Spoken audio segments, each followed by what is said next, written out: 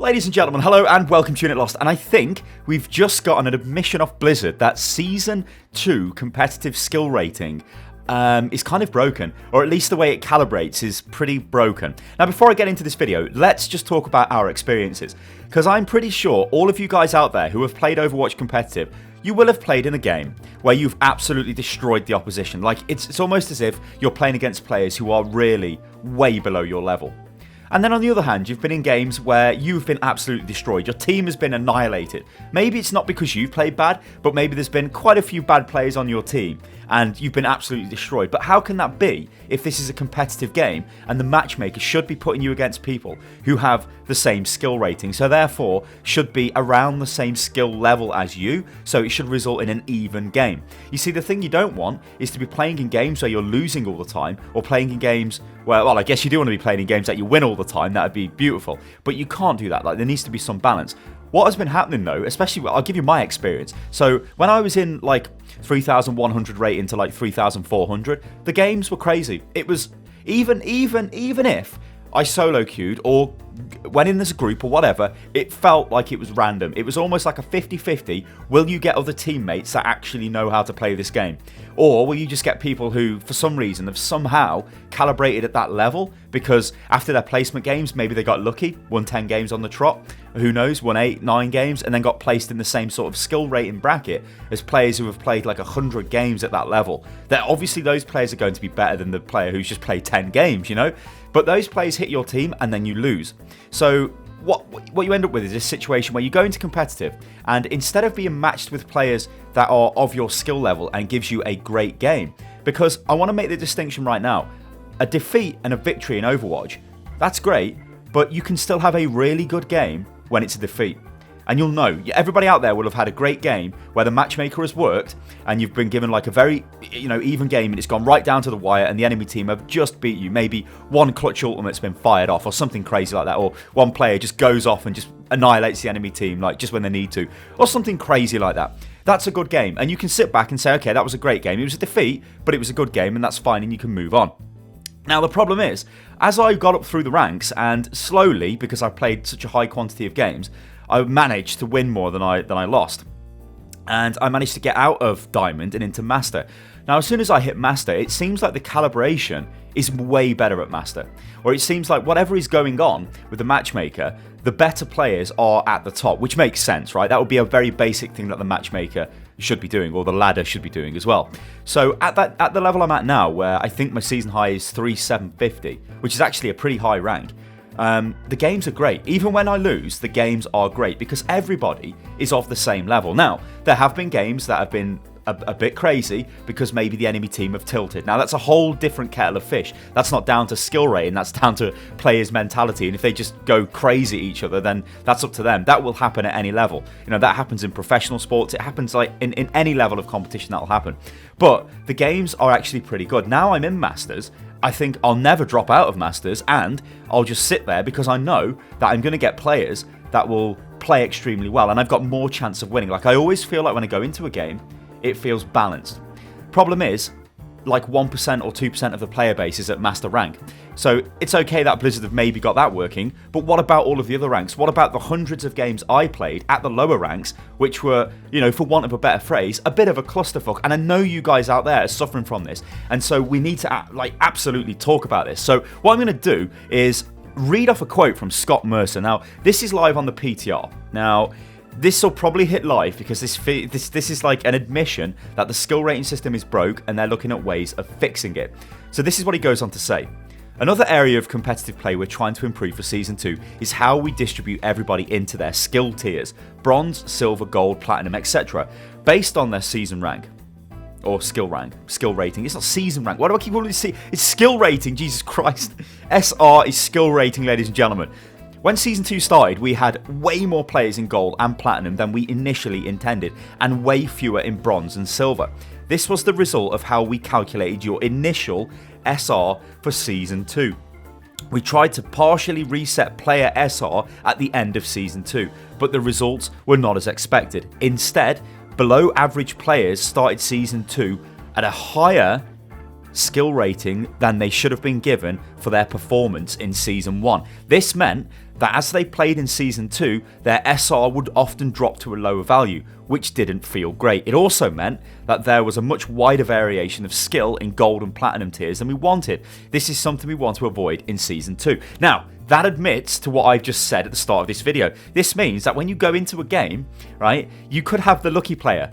And you can be lucky in Overwatch, don't get me wrong, because it's a team game. You can maybe not play the greatest, but still do enough to contribute to a win. And therefore, you might be able to just get away, especially when skill levels are all over the place. You imagine if you've got a bronze tier player that gets put into a game with 4 platinum players and a master tier player. That team there is the skills all over the place. And it's going to mean that the bronze player probably doesn't have to really contribute as much to a win.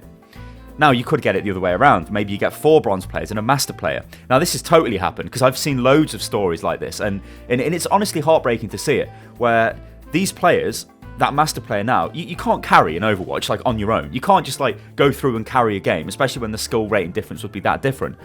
That could result in a loss, so that master player actually gets a loss during its competitive games, which is extremely bad. And like, I know people who ended around the same rank as me in Season 1, like, I think I was 71 at the end of Season 1, so I know people who were like 72, 73, 75, yet they're not even in Diamond this season, and they've played loads of games. That cannot be right. Those players, they know how to play the game, so what the hell has gone on? They've been dragged down by other players because the matchmaker hasn't actually worked correctly. Another interesting thing he said inside that quote itself is the fact that they tried to partially reset skill rating at the start of Season 2. So that means they kept some of your skill rating, but it mustn't have worked because a ranked 70 player from Season 1 should not be playing with like bronze tier players from Season 2 in placement games. That's mad. That's like crazy. So then Scott goes on to say, as a result, we're testing a different way of determining your starting skill rating for Season 3 on the PTR. We're leaning more towards trying to keep things fair rather than giving everyone a fresh start. We're also going to initially tune your skill rating to be slightly lower to start. In turn, fewer players should start the season having their skill rating drastically drop. So what's interesting about this is they obviously, the player experience is at the heart of the development of Overwatch. They don't want to put you higher. It seems like what they've done this season is they've put everybody a bit too high to begin with, right? And then you might calibrate as Diamond, but actually you're not Diamond. You might be low Platinum, right? But you've been really lucky. So you go into your first game with other Diamond players that is actually a balanced game, and then you lose because maybe you've not contributed enough. Or maybe you get matched with other players that are not of the same level. You see, it's so complicated. I can give loads of different examples of this. But basically, you lose like 4, 5, 6 games and you drop down. You're going to feel really bad because you've just lost a massive chunk of skill rating. And the thing is, and now almost everybody reads into this, after you've done your placement games, people think that what they've got after the placement games is not their rank. That's too low. That's what everybody thinks, right? That's not my rank. I'm going to get away from this. Problem with Season 2 is, actually that was better than your rank in a lot of cases. So then you collapse down and it feels really bad, and then you go onto like Reddit or you go onto the game's official forums. There are so many posts on the official forums of like, oh my god, this game's terrible, I calibrated at this rate and at 3,200, now I'm at 2,100, what is going on? And it's like, well, maybe that person actually is 2,100, but the game was a bit generous to begin with. So what they're going to do now, instead of completely resetting it or partially resetting the initial rating at the start of a season, as they did with Season 2, is they're going to look at your sort of final rank and say, okay, you are a Diamond tier player, so you're going to probably start off in low Diamond next season, or maybe high Platinum to give you a chance to get out. Like, almost irregardless of your performance. Sure, it will take some performance from the placement games into consideration. It's not just going to go, yeah, you were Master last season, so you can just start Master this season. Because, you might not have played the game for... You maybe only played for 2 weeks, and then you didn't play again. Came back at the start of the season.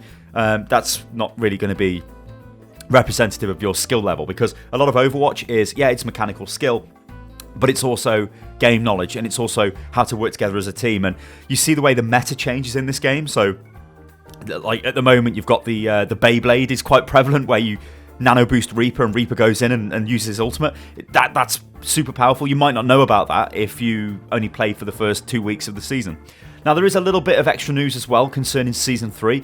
They're going to reduce the off-season period to 1 week instead of what it was before. So Scott just says, the largest visible change to competitive play will be to the off-season between Season 2 and Season 3. Based on community feedback, we're going to shorten the off-season downtime to just 1 week, with Season 2 ending blah, blah, blah, blah, blah, blah, blah. Basically ends on November the 24th, and Season 3 begins on December the 1st. So that's going to be interesting. Also, they're going to show a countdown in-game to when the next season will start, which would be nice because then people will know and they won't have to check forums or YouTube channels or whatever to sort of know when the next season is going to start. So I think this is very interesting. While I would love it if Scott went into massive detail and explained why it was broken and what was going on with the skill rating system, what Blizzard have done is admitted to the fact that players were calibrated way too high. And after that, they either dropped or started to increase in rank. I would say if you were calibrated at a level like, let's just say 2,500 and started to climb, you were calibrated too low and then you were starting to win games and you were kind of getting the experience that Blizzard want you to have in competitive. And then once you settle at your level, because a lot of people get confused with this and everybody thinks you should be winning every game. That's not really how this works. You should be having good games, competitive games, and you should maybe win a little bit more than you lose. You shouldn't be winning every single game. Like, if you look at every single tier of gameplay, it's exactly the same. Whether it's bronze, whether it's Grandmaster top 500, all the games are super close. Like, I've played games with people in high platinum and people in like low diamond, mid diamond, high diamond, master, and I've played with top teams of completely full top 500s, and I'm telling you, it's pretty much the same thing. You're not going to win every single game. You're not going to go on a 10-game win streak. Yeah, sure, some people will, but it's not going to happen all the time. Instead, what it needs to do, the system needs to work out where you belong. And if you're stuck or think you're stuck in a place where you're winning and losing, that's probably where you belong because you're actually having a good time there. But I think a lot of this just comes from the fact that currently in Season 2, when you finish your placement games, maybe you were placed a little bit too high. So you go on a losing streak pretty much immediately after, and that would result in like a negative feeling for the player. And then it feels like the player cannot get back to what is their level. But the problem is they were given a too generous level. Guys, this has been a pretty... I guess a pretty detailed video on the whole Season 2 thing, but it's been super interesting because of what Blizzard have just said on the forums. Let me know what you think about this below. I want to know if you think you were calibrated too low, if you think you were calibrated too high. I want to know what your experiences have been playing in competitive games. I've gave you my experiences in this video because honestly, it's kind of been all over the place. I think the one sort of overriding fact is, if you are better than your rank, you will get a better rank if you just keep playing the game. You will kind of, and I'm going to use the term lucky, which is wrong. I shouldn't really be saying this, but you will get luckier the more you play, and you will play with slightly better players. Because at the end of the day, Overwatch is a team game. If you're not playing together as a team, then you're just not going to win. Ladies and gentlemen, I've been Stylosa. This is Unit Lost. If you enjoyed the video, then like the video, subscribe to the channel. You can follow me on Twitter, which is @UnitLostGaming, and I will catch you on the next one, guys. Toodaloo.